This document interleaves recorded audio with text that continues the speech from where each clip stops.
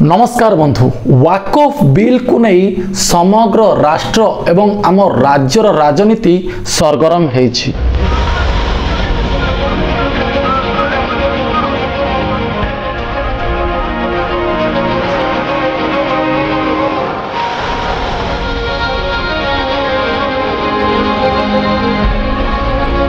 एपरिकी आम राज्यर member of parliament एवं राज्यसभार सदस्य मानक मध्यरे थिबा भोटर अंक कषा को नहीं राज्य राजनीतिर स्तंभ मध्य धोलिछि। जब 2014 में मोदी जी की सरकार बनी, उनका स्लोगन भी था कि सबका साथ, सबका विकास, सबका विश्वास। वो विश्वास से वह देश के प्रधानमंत्री हैं। तो ये मुसलमानों में अविश्वास वातावरण क्यों है अध्यक्ष? मेरे पास आए थे, आज मुझे कहा कि दूसरे सदन के एक सदस्य ने इतना मेहनत करने के बावजूद भी ये एलिगेशन लगाया कि बिना चर्चा बुलडोज करके बिल पास किया गया है। इतना मेहनत करके इतना देर तक क्या मुसलमान आज भारत में सिमट कर रह रहा है? सभापति महोदय, मैं आज सीना ठोक के कहना चाहता हूं कि पूरे विश्व में यदि मुसलमान सर्वाधिक सुरक्षित नहीं है तो उस देश का नाम भारतवर्ष है, हिंदुस्तान है। तो बंधु कौन है वाकफ बिल, केते जन यहाँ समर्थन कले, कहीं वाकफ बिल को विरोध करागला, ये वास्तव एवं रोचक तथ्य को आज आम जानिबा।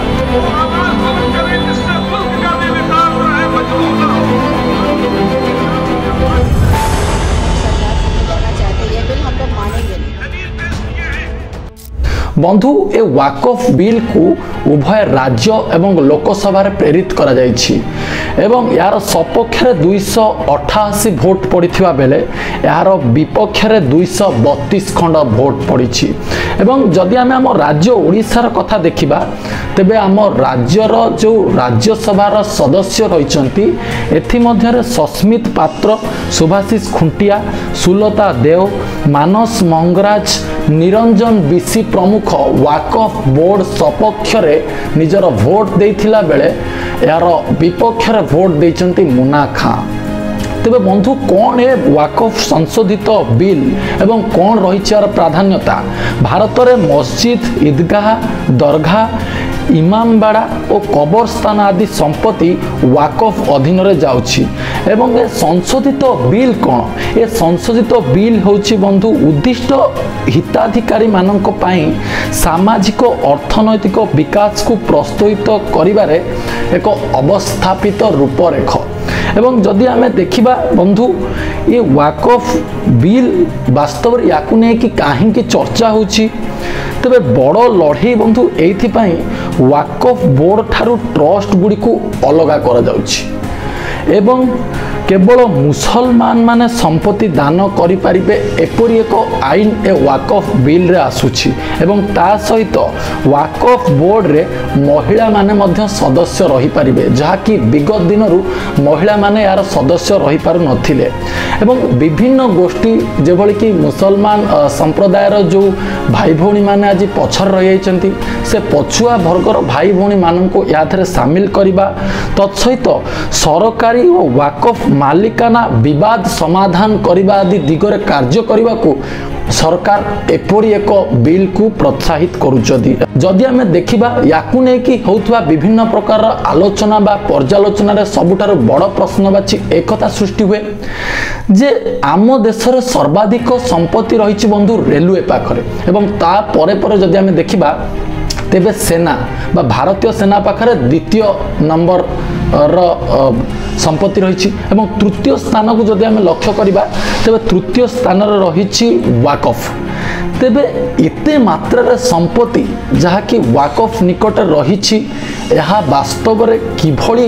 प्रजुर्यता लाभ करुच्ची बा कौन यार प्राधान्यता रही एवं सेथिरु कौन सरकार वास्तव में जो कर पाइबा कथा बा टिकस पाइबा कथा पाई परचंती नहीं, याकू नहीं कि वाकफ बोर्ड बा वाकफ बिल रे संशोधन अना जाउछि। जदि आम वाकफ संपत्तिर मूल्य देखा बंधु 1,20,000 कोटी टंका वाकफ बोर्ड थिबा जो मालिकाना जाहिर करुच्ची एवं वाकफ पाखरे रही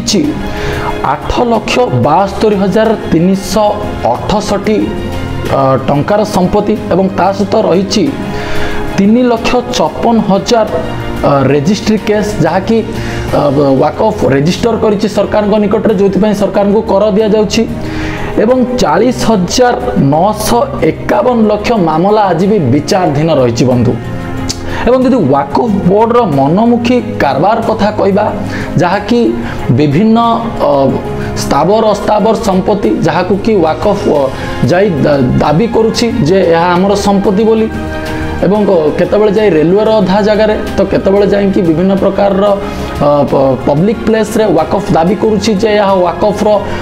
संपत्ति बोली याकू किभଳି भाबरे क्षुण्ण करा जाई परिबो कोन यार सत्यता वास्तव रही याकू किभଳି भाबरे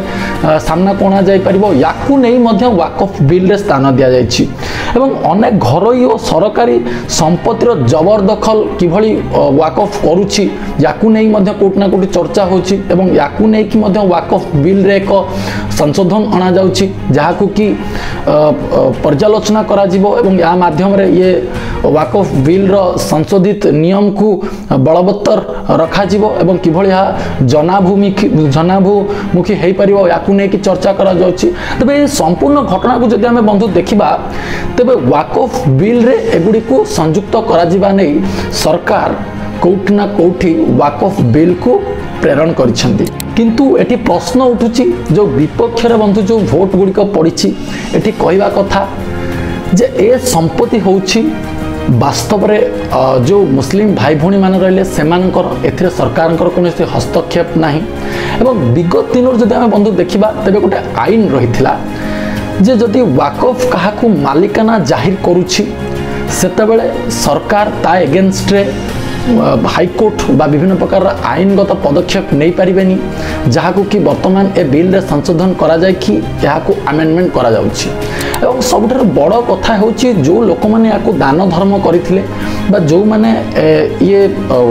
बोर्ड को निजर दान करिथिले निजर संपत्ति बा जहाँ भी तो एमानकर कहबा कथा जदि सरकार याकू नहीं जाउचंती तबे कोट ना कोठी याकू काहाकू बिक्री कर दिया जिवो एवं यार मर्यादा को हानि करा जिवो जहार कि वाकफ पाकर किछि तथ्य रहिबो नाही एवं आमे जदि हम राज्य ओडिशार कथा देखिबा तो बंधु बिजु जनता दल जे कि प्रति समय कहे जे धर्म निरपेक्षता को प्राधान्यता दिए जितेबाला मुन्ना खां राज्यसभा रे वाकफ बोर्ड बिल बा वाकफ बिल को विरोध करथिले सेतेबाला अन्य जो मेंबर ऑफ पार्लियामेंट बा राज्यसभा सदस्य मान रहितले जेतेबाला याकू सपक्ष रे वोट देथिले सेतेबाला कोट ना कोठी एटी मतभेद सृष्टि हिछि एवं एपरी मध्य कहा जाउछि जे नवीन निवास रे हमर जो पूर्वतन मुख्यमंत्री बा बीजेडी सुप्रीमो नवीन पटनायक कथा रे मध्य कोनोसी प्रकार तालमेल रहू नै जोति पई कि दलर किछि सदस्य माने यार सपक्ष रे वोट देउथुवा बेले किछि सदस्य यार विपक्ष रे मत दउचंती समदूरता नुहे बिजु जनता दल गोटे स्वार्थवादी दल एवं नवीन बाबू जड़े क्षमता लोभी राजनेता आप नवीन बाबूर प्रथम रू 98 रू आप नवीन पट्टनायक राजनीति जीवन देखिए और बिजु जनता दल आरंभ रू आज पर्यंत सबुबले बिजु जनता दल निज स्वार्थ रही क्षमता जो पाखे अच्छी क्षमता केन्द्र को सब समर्थन कर आसी शुण भौणी बिजु जनता दल रे कंदल नाही आपन जाइन महिषी संघ पट्टा बुझला गोटा गोटा नवीन पट्टनायक एवं भी आम नेतृत्व दौरान एवं भी काली आप देखी नवीन निवास आम कहीकि आसु आम रहीचु बलिष्ठ रहीचु आम निश्चित भाव ओडावासी स्वार्थ जगिबू एवं सभा रही एवं जदि आम संपूर्ण ए आलेख्य को नजर करवा तेबे एठी आम निश्चित भाव ये कथा कहि परिबा जे वाकफ बोर्ड रो संपत्ति को जदि सरकार नौछंती तेबे वास्तव रे एहा जनाभूमुखी हो एवं लोकंकर काम लगू सरकार जो व्यवस्था एवं भित्तिप्रस्तर कार्यक्रम आणवे यह निश्चित भाव में लोक मान फलप्रद हो लाभदायक हो जदि ये संपत्ति को कोठी ना कोठी आदानी अंबानी भली कंपनी को बिक्री कर दिया जाए तेबे ये निश्चित भाव में वाकफ एवं संपूर्ण आमर जो भित्ति व्यवस्था रही निश्चित भाव में यार एगेन्स्ट रे जीव एवं आमे कहि परिबा जे जदि वाकफ ठारू सरकार जमी नौचंती ताहले निश्चित भाव में या जनाभिमुखी करा जाऊ एवं यह लोकों काम लागू। धन्यवाद। जय जगन्नाथ। वंदे उत्कल जननी।